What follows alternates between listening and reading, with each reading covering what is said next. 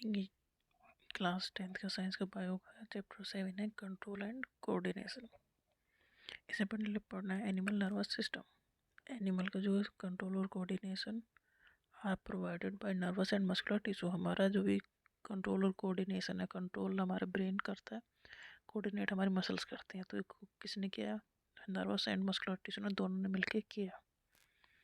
All information from our environment, सारी information हमारे environment से जो हम ले रहे हैं is detected by the specialised tips of some nerve cell. मतलब हमें इन्वायरमेंट की पूरी खबर है, या इन्वायरमेंट से कोई भी इंफॉर्मेशन गई है ना किसी के थ्रू तो गई है, तो जिसके थ्रू गई है वो रिसेप्टर है, वो सेंसरी ऑर्गन है, और वो जो रिसीवर है वो पॉइंट, वो रिसेप्टर है। तो सारा सिस्टम हमारा कंट्रोल करने का काम करता है nervous system and muscular tissue. Muscles और नर्वस सिस्टम ऑर्डर देगा, काम करेगा मस्कुलर टिश्यू। सारी इंफॉर्मेशन इन्वायरमेंट से डिटेक्ट करने का काम किया है किसने? सेंस ऑर्गन ने। रिसेप्टर करते हैं। रिसेप्टर कहाँ है? लोकेटेड है सेंस ऑर्गन में। सेंस ऑर्गन में रिसेप्टर वो जगह है जहाँ जो सारी इंफॉर्मेशन को इन्वायरमेंट से ले रहे हैं और ब्रेन के पास पहुँचा रहे हैं। तो सेंस ऑर्गन कौन से हैं? जैसे कि इनर ईयर, नोज, टंग, ये सब बाहर की चीज़ों को बता रहे हैं। सो गस्टेटरी रिसेप्टर किसे कहते हैं? जो टेस्ट को पता करते हैं। गस्टेटरी रिसेप्टर टेस्ट पता करने वाले। ऑल्फैक्टरी रिसेप्टर स्मेल पता करने वाले, कैसी स्मेल है, कैसा टेस्ट है। तो टेस्ट को पता करने वाले रिसेप्टर हो गए गस्टेटरी रिसेप्टर्स। ऑल्फैक्टरी रिसेप्टर जो है स्मेल को पता करने वाले हैं। तो ये this information acquired at the end of the dendritic tip of a nerve cell. Nervous system की यूनिट है नर्व सेल। नर्व सेल में जो होते हैं डेंड्राइट्स, नर्व सेल ये हो गया उसका स्ट्रक्चर, ये हो गया डेंड्राइट्स। ठीक है, तो डेंड्राइट्स ये कॉर्नर है, ये किनारे हैं। तो यहाँ ये रिसीव करते हैं किसे? इंफॉर्मेशन को। नर्व सेल जैसे हमारी बॉडी की यूनिट है सेल, ऐसी नर्वस सिस्टम की यूनिट है नर्व या न्यूरॉन। न्यूरॉन का जो किनारा है, कॉर्नर है, जो सारी इंफॉर्मेशन को लेता है, वो डेंड्राइट है। तो डेंड्राइट टिप हो गया, वो उसका टिप हो गया। तो वहाँ से उसने इंफॉर्मेशन ली, sets of a chemical reaction that create an electrical impulse. इसने फिर इलेक्ट्रिकल इम्पल्स आगे उस इंफॉर्मेशन को बढ़ाते गए इलेक्ट्रिकल इम्पल्स के फॉर्म में। तो इम्पल्स ट्रेवल होगी from the dendrite to the cell body. Dendrites जो है ये है, ठीक है, ये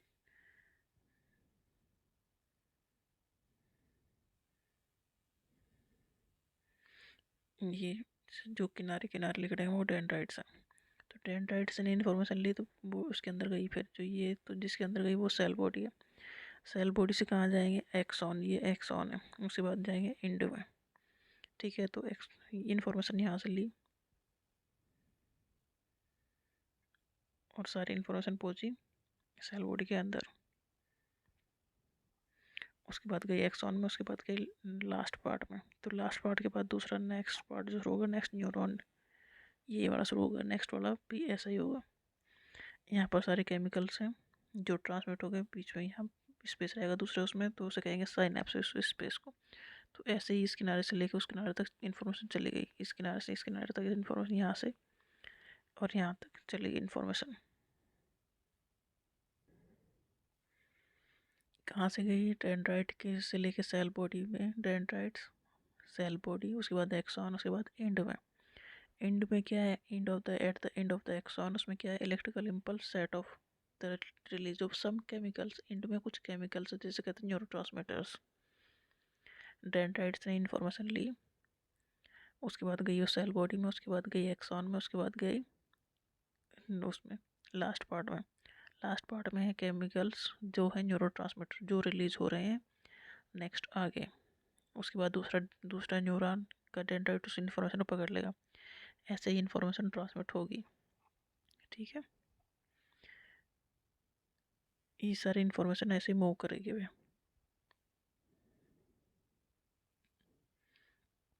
अब जो केमिकल जो एक्सॉन की और इंड की से बाहर आ गई जो केमिकल्स उसमें स्पेस में आ गए, उसी स्पेस को कहेंगे साइनैप्स। उसके बाद जो नेक्स्ट न्यूरॉन है वो इंफॉर्मेशन को पकड़ेगा। दीज केमिकल क्रॉस करते हैं गैप को कहलाता है साइनैप्स। पूछा जाता है साइनैप्स क्या है। साइनैप्स उन दोनों न्यूरॉन के बीच का स्पेस है जिसमें केमिकल का मतलब ट्रांसमीटर उसमें ट्रांसमिट हुए हैं, न्यूरो आए हैं, ठीक है। फिर start similar electrical impulse. Next neuron पर जाएगी सारी चीज़ें। Nervous tissue is made up of an organise network of nerves. Nervous tissue एक जो बना होता है ना, ऑर्गेनाइज्ड नेटवर्क है सारा नर्व सेल का या न्यूरॉन का। ये एक ऑर्गेनाइज्ड सिस्टमेटिक नेटवर्क है जो कि स्पेशलाइज्ड है कंडक्टिंग करने में इंफॉर्मेशन को। कैसे कंडक्ट करेगा? इलेक्ट्रिकल इम्पल्स के through from one part of the body to another. क्यों? देखो पूरी बॉडी में ये इन्फॉर्मेशन पहुँचानी है। अगर हमारे पैर में कुछ चोट लगी है तो सारी इन्फॉर्मेशन ब्रेन तक पहुँचानी है, तो ब्रेन तक पहुँचाने का काम यही करते हैं। फिर ब्रेन से मसल तक पहुँचाने का काम भी यही करते हैं। तो सारे जो ये सिस्टम है सारा ऑर्गेनाइज नेटवर्क है किसका? नर्व सेल का। नर्व सेल या न्यूरॉन। न्यूरॉन का हमने एक पार्ट पढ़ लिया, वो न्यूरॉन वही है डेंड्राइट से लेके फिर सेल बॉडी में गई इन्फॉर्मेशन, फिर एक्सॉन में गई, फिर इंड में गई। इंड से दूसरी जगह पार कैसे होगी? इंड में है न्यूरो जो केमिकल्स हैं वो रिलीज होंगे जो बीच का स्पेस है, फिर दूसरी डेंड्राइट्स में जाएगी। इस तरह से मूवमेंट होगा इन्फॉर्मेशन का इम्पल्स के फॉर्म में from one part of the body to another. What happen in reflex action. Reflex action वो एक्शन है जो तुरंत हो जाते हैं। वो इन्फॉर्मेशन ब्रेन तक तुरंत नहीं जाती, मतलब जाने से पहले रिएक्शन हो जाता है। तो ये सारा काम करता है स्पाइनल कॉर्ड, क्योंकि सारी नर्व स्पाइनल कॉर्ड में इकट्ठा होकर ब्रेन के तक पहुंच रही हैं। तो रिफ्लेक्स एक्शन का काम स्पाइनल कॉर्ड ही डिसाइड कर लेता है कि अगर मान लो हमने किसी गर्म चीज़ को छू लिया तो हमारा हाथ तुरंत हट जाता है, मतलब वो ब्रेन बाद में सोचता है, पहले हाथ हट जाता है। तो स्पाइनल कॉर्ड वो डिसाइड करता है। तो रिफ्लेक्स एक्शन जो है स्पाइनल कॉर्ड देखेगा। सेंट्रल नर्वस सिस्टम की पार्ट है ये भी, ब्रेन एंड स्पाइनल कॉर्ड। तो रिफ्लेक्स का क्या है? Reflex is a word we use very commonly. तो रिफ्लेक्स बहुत कॉमनली यूज़ करने जाने वाला वर्ड है। We talk about some sudden action in response to something in it the environment. Some sudden action, कुछ अचानक से एक्शन हुआ है तो किसी रेस्पॉन्स में हुआ, किसी चीज़ के रेस्पॉन्स में होगा। Action in response to something in the environment. Environment में कुछ ऐसा हुआ है जिसके रेस्पॉन्स में हमने कुछ एक्शन दिया है या एक्शन हुआ है, मतलब इन्वायरमेंट में कुछ ऐसा चेंज हुआ है कि हमारा रिएक्शन उसमें आया है। तो यही रिफ्लेक्स है। तो थिंकिंग एक कॉम्प्लेक्स एक्टिविटी है जो कि ब्रेन में हो रही है और रिफ्लेक्स एक्शन तुरंत हो रहा है, तो ये दोनों चीज़ें अलग हो गई। तो थिंकिंग एक कॉम्प्लेक्स एक्टिविटी है, so it is bound to involve a complicated interaction of many nerve impulse from many neurons. Complex activity में बहुत सारी चीज़ें इन्वॉल्व होंगी। थिंकिंग टिश्यू जो है हमारी बॉडी में consist of a dense network of intricately arranged neuron. इसमें डेंसली अरेंज्ड न्यूरॉन है, ब्रेन का पार्ट है ये। ब्रेन में हो रही है थिंकिंग। ब्रेन में कहाँ? ब्रेन के भी 3 पार्ट हैं, four brain, mid brain and hind brain. तो फोर ब्रेन में सारे काम हो रहे हैं। It sits in the forward and of the skull. तो ब्रेन का जो फॉरवर्ड पार्ट है, मतलब फोर ब्रेन का जो पार्ट है, उसमें हो रही है सारे थिंकिंग की process and receive signal from all over the body. देखो इसमें थिंकिंग प्रोसेस कहाँ हो रहा है? फोर ब्रेन में, ब्रेन के अगले पार्ट में। तो सारी इंफॉर्मेशन वहीं जाएगी। वो रिसीव करेगा सारे सिग्नल को from all over the body, क्योंकि सारा थिंकिंग का काम वही हो रहा है, तो सारी इन्फॉर्मेशन वहीं पहुँचेगी। ये रिसीव करेगा signal from all over the body we should think about before responding to them. मतलब कोई भी रेस्पॉन्स दिखाने से पहले सारी इन्फॉर्मेशन प्रोसेस होगी कहाँ? फोर ब्रेन में। In order to receive these signals this thinking part of the brain in the skull must be connected to the nerve coming from various part of the body. सारी information अगर brain के पास पहुँचनी है तो वो अच्छे से कनेक्टेड होना चाहिए, सबके साथ उसका कनेक्शन होना चाहिए कि सबसे की सारी चीज़ें वहाँ पहुँच रही हैं। तो thinking part of the brain in the skull must be connected, अच्छे से कनेक्टेड होना है उसका, to nerve coming from various part of the body. This part of the brain is to instruct muscles. अब ये पार्ट ब्रेन का सारे thinking process कर लेगा, सब चीज़ों को प्रोसेस कर देगा। उसके बाद ये मसल्स को भी तो बताएगा ना करना क्या है। Muscles to move nerve must carry this signal back to different part of the body. अब जो भी इंस्ट्रक्शन दी गई है मसल उस चीज़ को फॉलो करेगा। मतलब अगर चलना है, फिरना है, दौड़ना है, ये सारे काम मसल्स कर रही है ना, तो मसल्स को इन्फॉर्मेशन दी गई क्या करना है, तब मसल्स उस पर एक्ट कर रही हैं। This part of the brain is to instruct the muscles to move. अब मसल्स को मूव करने के लिए इंस्ट्रक्ट कर रहा है। Nerve must carry this signal back to different part of the body. देखो सारी इन्फॉर्मेशन पहले तो वहाँ तक पहुँचेगी, सारी इन्फॉर्मेशन प्रोसेस होगी, उसके बाद ऑर्डर देने वाले काम भी होंगे, तो ये भी डिफरेंट पार्ट तक फिर पहुँचेगा। सिग्नल को बैक भी तो लेके जाना है। कहाँ तक? हर पार्ट तक, बॉडी के हर पार्ट तक। मतलब पूरी बॉडी के नर्वस सिस्टम कनेक्टेड है 4 ब्रेन से, मतलब ब्रेन के अगले वाले पार्ट से। ना रिफ्लेक्स एक्शन। रिफ्लेक्स एक्शन जो है अचानक होते हैं, सडन है। इनवॉलेंट्री रिस्पॉन्स है, मतलब हमारी इच्छा के बिना भी ये काम हो जाते हैं, मतलब हम सोचते भी नहीं जब हो जाते हैं। Which does not involve thinking. Reflex action में याद करना है, ये सडन एक्शन है। इनवॉलेंट्री रिस्पॉन्स है बॉडी का, मतलब वॉलेंट्री मतलब हमारी इच्छा से, इनवॉलेंट्री मतलब हमारी इच्छा के बिना। इसमें it does not involve thinking, इसमें थिंकिंग भी इन्वॉल्व नहीं है। जैसे कि हमने when we touch a hot object, हमने अगर कोई हॉट ऑब्जेक्ट टच किया, कोई भी गर्म चीज़ के अगर हाथ लग गया तो हमारा हाथ तुरंत पिछड़ जाता है बिना किसी थिंकिंग के। इसे कहेंगे रिफ्लेक्स एक्शन। तो रिफ्लेक्स एक्शन अचानक है, सडन होने वाले हैं। इनवॉलेंट्री मतलब हम जानबूझ के नहीं करते, वो अचानक हो जाता है, और इसमें थिंकिंग भी इन्वॉल्व नहीं है। नेक्स्ट है सेंसरी नर्व। सेंसरी नर्व जहाँ से इंफॉर्मेशन रिसीव हुई है, दैट डिटेक्ट द हीट। इसने डिटेक्ट किया हीट को, जैसे हाथ लग गया हमारा गर्म किसी ऑब्जेक्ट पे, तो वो हो गया सेंसरी पार्ट। उसने किया detect the heat from the receptor in the skin, and skin पे ये रिसीव हुआ, कनेक्टेड टू द नर्व। किसने स्किन पे, किसने? रिसेप्टर ने। रिसेप्टर से गया स्किन पे, स्किन से कहाँ गया? नर्व में। स्किन कनेक्टेड है किससे? नर्व से। तो nerve that move the muscles of the hand.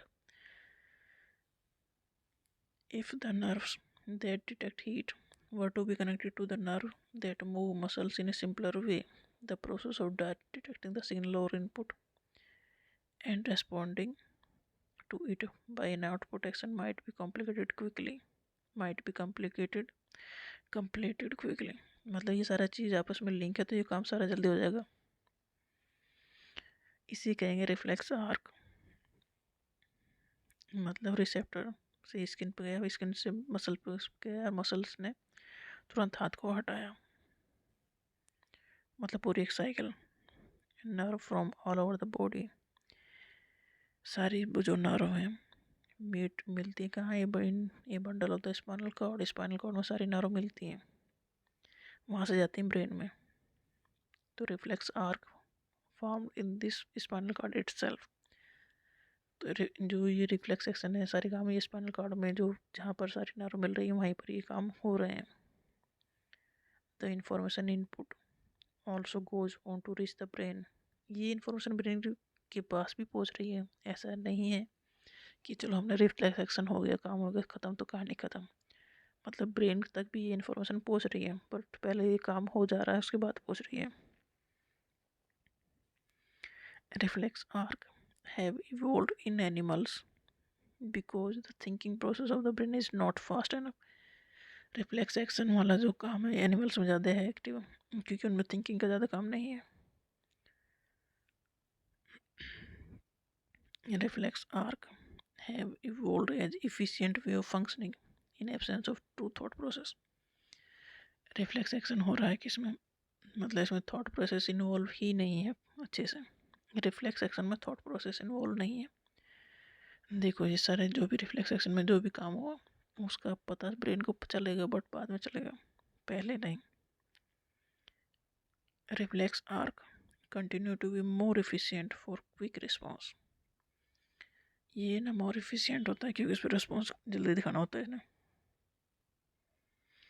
Human brain, the brain and spinal cord. देखो, नर्वस सिस्टम 3 टाइप के हैं। पहला central nervous system, peripheral nervous system and autonomic nervous system. तो जो सेंट्रल नर्वस सिस्टम है उसमें दो चीज़ें हैं, एक brain and spinal cord. Spinal cord में सारी जो नर्व इकट्ठा होकर ब्रेन के पास पहुंच रही हैं। रिफ्लेक्स एक्शन के लिए स्पाइनल कॉर्ड ही सारे फैसले ले लेता है। ठीक है। तो brain and spinal cord constitute मिलकर बनाते क्या, सेंट्रल नर्वस सिस्टम। ये रिसीव करते हैं इंफॉर्मेशन कहाँ से, from all part of the body. सारी जो इन्फॉर्मेशन है बॉडी से, सारे बॉडी के हर पार्ट से जाएगी कहाँ, इसी में, सेंट्रल नर्वस सिस्टम में। तो ये रिसीव कर रहे हैं information from all part of the body, उसे इंटीग्रेट कर रहे हैं। The communication between the central nervous system and other part of the body is facilitated by the peripheral nervous system. Central nervous system की help कौन कर रहा है, peripheral nervous system. इसमें क्या है, इसमें है नर्व्स। इस जो जो नर्व ब्रेन से राइज हो रही हैं उन्हें कहेंगे क्रेनियल नर्व, और जो स्पाइनल कॉर्ड से राइज हो रहे हैं उन्हें कहेंगे स्पाइनल नर्व। तो सेंट्रल नर्वस सिस्टम की हेल्प करने के लिए है peripheral nervous system. Central nervous system में क्या है, ब्रेन एंड स्पाइनल कॉर्ड। ठीक है। पेरिफेरल में है नर्व, जो ब्रेन से राइज हो रहे हैं उन्हें कहेंगे क्रेनियल नर्व, और जो स्पाइनल कॉर्ड से राइज हो रहे हैं उन्हें कहेंगे स्पाइनल नर्व। ठीक है।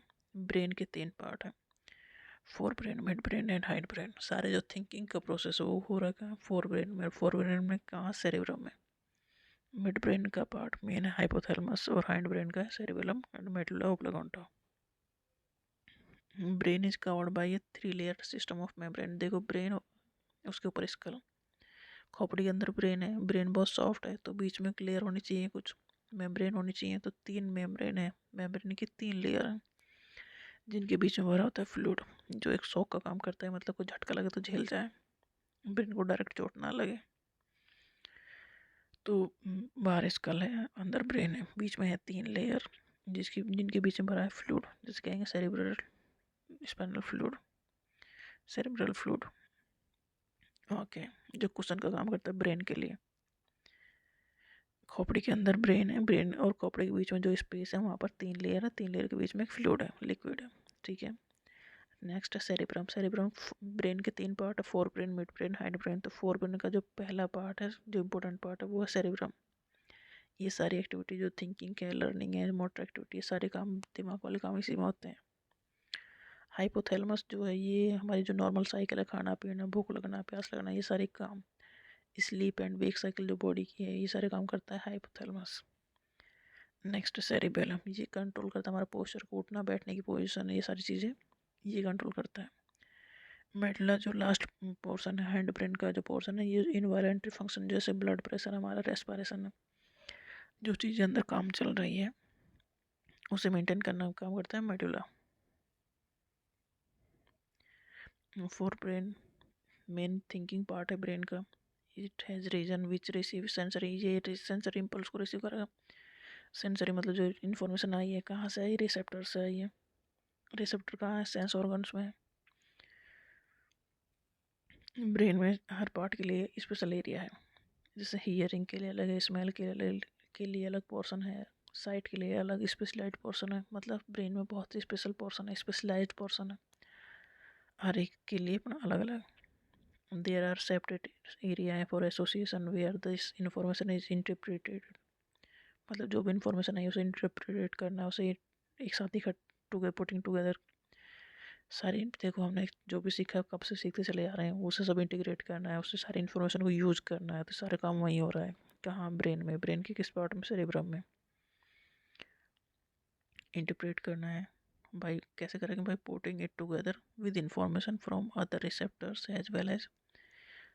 मतलब एक ही सही इन्फॉर्मेशन नहीं आ रही, इन्फॉर्मेशन तो चारों ओर से आ रही है, सारे रिसेप्टर लेके आ रहे हैं, सारे सेंस ऑर्गन के थ्रू आ रही है, तो सारी को इंटीग्रेट करना है। और जो उसी के अलावा भी जो इन्फॉर्मेशन पहले से स्टोर्ड है उसे भी सारे को प्रोसेस करना है, सारे को इंटीग्रेट करना है, तब फैसला लेना। ये सारा काम ब्रेन कर रहा है।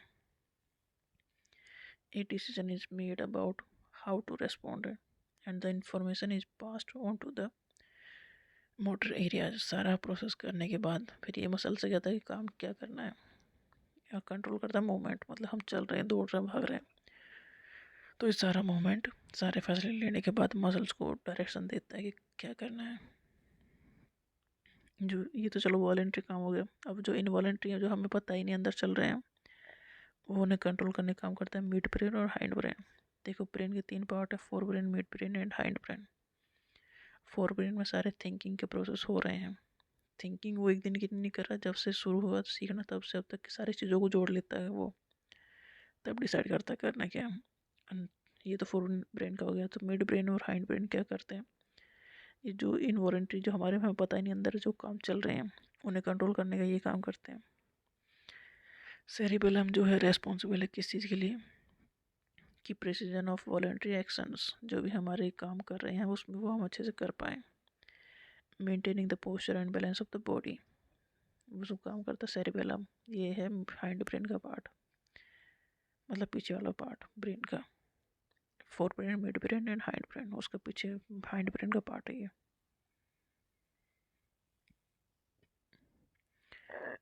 तो brain needs to be carefully protected. Body design है so that the brain inside, brain है कहाँ, बोनी बॉक्स के अंदर। बोनी बॉक्स मतलब स्कल के अंदर है। इस बॉक्स के अंदर ब्रेन है। इसमें किसके अंदर है, ये फ्लूइड के अंदर है। फ्लूइड 3 लेयर, 3 लेयर के ऊपर फ्लूइड है। ऐसा ही वर्टिब्रल कॉलम जो है उसके ऊपर भी लेयर्स हैं, मतलब स्पाइनल कॉर्ड के ऊपर वर्टिब्रल कॉलम है। ब्रेन कलेक्ट करता है इंफॉर्मेशन, ठीक है, send it around the body, उस सारी इन्फॉर्मेशन को बॉडी में जहाँ भेजना चाहिए वहाँ भेजता है। प्रोसेस करता है इन्फॉर्मेशन को, डिसीजन लेता है। किस चीज़ बेस पर डिसीजन लेता है, based on information and convey decision to muscles, मतलब मसल्स को फिर डायरेक्शन देता है कि क्या करना है। when the action or movement is to be performed, muscles tissue will do final job, मतलब सारे काम करने के बाद मसल को बताता है करना क्या है। when a nerve impulse reach the muscles, muscle fire must move, मतलब काम डायरेक्शन पहुंच गई मसल्स के पास क्या करना है, तो फिर मसल्स को काम करना पड़ेगा। वो मसल्स मस्ट मूव। यहाँ ऐसा नहीं कि हम ये नहीं करेंगे वो नहीं करेंगे, वो तो करना ही है फिर वो। नेक्स्ट है हार्मोन्स इन एनिमल्स। हार्मोन का ये है, ये ब्लड के थ्रू ट्रांसपोर्ट होते हैं, ट्रांसमिट हो जाते हैं, इंडोक्राइन ग्लैंड से सिक्रेट होते हैं। हर एक हार्मोन का अपना अपना अलग अलग काम है, मतलब बॉडी में बहुत सारी चीज़ें हैं जो कॉम्प्लिकेटेड हैं। तो hormone are means of information transmission का ये काम करते हैं। Hormone are part of the endocrine gland का पार्ट है, which constitute a second way of, जिस सेकंड रास्ता है कंट्रोल एंड कोऑर्डिनेशन का। जैसे कि अगर कोई जो हम देखते हैं कि सिचुएशन ऐसी कि हमें इमरजेंसी वाली सिचुएशन है, या लड़ना या भाग जाना है, तो उसके लिए भी हार्मोन सेक्रेट होता है। हार्मोन उस बॉडी को तैयार करता है कि या तो भाग जाओ या लड़ लो। उसी हिसाब से बॉडी तैयार होने लगती है, तो वो हार्मोन की वजह से होता है। एड्रेनलिन हार्मोन है, इसे कहते हैं फाइट या फ्लाइट हार्मोन, मतलब ये इमरजेंसी सिचुएशन के लिए बॉडी को तैयार करता है। एड्रेनलिन हार्मोन सीक्रेट कहाँ से होता है, एड्रिनल ग्लैंड से। एड्रिनल ग्लैंड कहाँ है, ये है किडनी के ऊपर। एड्रेनलिन हार्मोन को कहते हैं फाइट या फ्लाइट हार्मोन। ये सीक्रेट हो गया एड्रिनल ग्लैंड से। ग्लैंड तो है किडनी के ऊपर, और ये पूरी बॉडी में मूव करेगा किसके थ्रू, ब्लड के through. Secreted directly into the blood और carry to different part of the body. अब ये है इमरजेंसी हार्मोन, मतलब अगर या तो कोई देखा कोई कुत्ता पीछे पड़ गया तो भागोगे, तो इसमें होगा क्या, हार्ट बीट फास्ट होंगे, रिजल्टिंग इन सप्लाई। अब हार्ट बीट फास्ट हुई है तो सप्लाई ऑफ ऑक्सीजन सब to the our muscles increase होगा, क्योंकि भागने के लिए चाहिए ना एनर्जी, तो मसल के पास ब्लड पहुंचेगा ऑक्सीजन लेके क्यों, क्योंकि ऑक्सीजन ही जो फूड है उसे तोड़ने का काम करते हैं जब ये एनर्जी रिलीज हो रही है। द ब्लड, अब देखो जहाँ काम की ज़रूरत है ज़्यादा वहीं पर ब्लड ऑक्सीजन ज़्यादा लेके जाएगा। तो कहाँ ज़्यादा ज़रूरत है, मसल्स को ज़्यादा ज़रूरत है। कह रहा हूँ मैं दौड़ लगानी है तो मसल को ज़्यादा चाहिए, तो बस ब्लड उस साइड ज़्यादा भागेगा जहाँ मसल के साइड। तो रुकेगा कहाँ से, डाइजेस्टिव सिस्टम, क्योंकि खाना पचाने की ज़रूरत नहीं जब दौड़ लगा रहे हैं तो मतलब वहाँ थोड़ा सप्लाई थोड़ी कम होगी ब्लड की। कब, इमरजेंसी की सिचुएशन में, जब भागने वाली सिचुएशन आ गई तब। तो जब भागने वाली सिचुएशन आ गई है तो ब्लड का फ्लो कहाँ बढ़ेगा, मसल्स में। कहाँ कम होगा, डाइजेस्टिव सिस्टम में। ये सारा काम कर रहे हैं ये hormone. Digestive system and skin is reduced. कैसे रिड्यूस होगा? ये कॉन्ट्रैक्शन हो जाएगा मसल्स का around the small arteries. Muscles तो पूरी बॉडी में है, ठीक है, तो जो डाइजेस्टिव सिस्टम होगा, रीन के पास जो मसल्स हैं वो आर्टरीज जो ब्लड लेके जा रही हैं, लेके आ रही हैं, उन्हें थोड़ा कॉन्ट्रैक्ट कर देगा, मतलब वहाँ से बंद नहीं करना एकदम, पर कम कर देगा। ये इससे डाइवर्ट होगा ब्लड कहाँ? हमारे स्केलेटल मसल्स में, जहाँ ज़रूरत है, मतलब भागने की ज़रूरत है तो वहीं भागेगा ना ब्लड भी, और सिस्टम में थोड़ा कॉन्ट्रैक्ट कर देगा, थोड़ी कम ही कर देगा। इसके साथ क्या होगा? हमारी ब्रीथिंग रेट बढ़ जाएगी, सांस लेने ब्रीथिंग रेट इंक्रीज होगी। वो होगा इसलिए क्योंकि हमें ऑक्सीजन ज़्यादा चाहिए। All these response together enable the animal body to ready to deal with situation। मतलब इमरजेंसी सिचुएशन के लिए बॉडी को तैयार करने का काम किसने किया? एक हार्मोन है, उस हार्मोन का क्या नाम है? एड्रेनालिन। किस कहाँ से सिक्रेट हुआ? एड्रेनल ग्लैंड से। इस क्या कहते हैं इसे? इमरजेंसी हार्मोन या फाइट या फ्लाइट हार्मोन। एड्रेनल ग्लैंड कहाँ है? किडनी के ऊपर है। तो ये हार्मोन का हाइट करता है, पूरी बॉडी में भागता है ब्लड के थ्रू, हार्ट बीट बढ़ाएगा, रेस्पिरेशन की रेट भी बढ़ाएगा। नेक्स्ट हार्मोन है आयोडाइज। जैसे हम खाते हैं आयोडाइज साल्ट, तो आयोडाइज साल्ट को इतना प्रमोट करके दिखाया जाता है बड़ा चढ़ा, क्यों? क्योंकि उसमें आयोडीन है। अब आयोडीन हमारे लिए ज़रूरी होगा तभी दिखाया जा रहा है। तो आयोडीन आयोडीन का क्या रोल है? ये चाहिए थायरोक्सिन हार्मोन बनाने में। थायरोक्सिन हार्मोन कौन बनाएगा? Thyroid gland. ये कहाँ है? नेक, गर्दन में है, ठीक है। तो आयोडीन क्यों चाहिए थायरोक्सिन हार्मोन बनाने में? थायरोक्सिन हार्मोन कहाँ से सिक्रेट होगा? थायराइड ग्लैंड से। थायराइड ग्लैंड कहाँ है? नेक, गर्दन में है। थायरोक्सिन हार्मोन क्या करता है? रेगुलेट करता है कार्बोहाइड्रेट, प्रोटीन एंड फैट के मेटाबॉलिज्म को, so as to provide the best balance for growth। Next एक हार्मोन है, जैसे कि 10-12 साल की उम्र में बच्चों में चेंजेस शुरू हो जाते हैं, लड़का मतलब लड़के में मूछ दाढ़ी आना, ये सारे काम। तो ये जो सारे हार्मोन है ये भी चेंज हो रहे हैं हार्मोन की वजह से। तो मेल का हार्मोन टेस्टोस्टेरोन एंड फीमेल का हार्मोन है एस्ट्रोजन। जो इनके जो करेक्टर दिखाई दे रहे हैं पुबर्टी पे, उसके लिए रेस्पॉन्सिबल हार्मोन है ये। Testosterone for male and estrogen for female. Next insulin, pancreas. Insulin, sugar का लेवल बढ़ना या डायबिटीज़ होना, ये कॉमन बात है। इसमें होता है कैसे? ब्लड में जो शुगर का लेवल बढ़ जाता है, ब्लड में शुगर का लेवल बढ़ क्यों गया? क्योंकि इंसुलिन जो शुगर को ब्लड से लेके सेल के पास पहुंचाता है वो नहीं आ रहा होगा या कम होगा, तभी बढ़ेगा ना। मतलब शुगर ब्लड में जा रही है, हम कुछ भी जैसे खा रहे हैं पी रहे हैं, वो शुगर के फॉर्म में ब्लड में जा रहा है, वो ब्लड से कोई ना कोई तो ऐसा होगा जो ब्लड से निकाल रहा होगा, वो है इंसुलिन। अगर इंसुलिन का प्रोडक्शन कम हो जाए शरीर में, तो मतलब ब्लड से शुगर सेल के पास नहीं पहुंचेगी, और सेल को भी चाहिए एनर्जी, सेल तो भूखी मर रही है, और यहाँ ब्लड में ज़्यादा शुगर हो जा रही है। ये हो रहा है इंसुलिन की कमी से। इंसुलिन हमारी बॉडी में सिक्रेट हो रहा है, इंसुलिन भी एक हार्मोन है। और कौन सिक्रेट कर रहा है इसे? पेनक्रियाज। ये क्या करता है इंसुलिन? जो हमारी बॉडी में ब्लड का शुगर लेवल मेंटेन करता है। कैसे? जब एक्सेस शुगर का लेवल हो गया ब्लड में, वहाँ से निकाल के सेल में इकट्ठा करता है, सेल के पास पहुँचाता है, तो सेल को एनर्जी मिल जाती है और ब्लड में भी कम हो जाता है। बट अगर इंसुलिन का सिक्रेशन या प्रोडक्शन ही कम हो जाए तो ये काम हो नहीं पाता।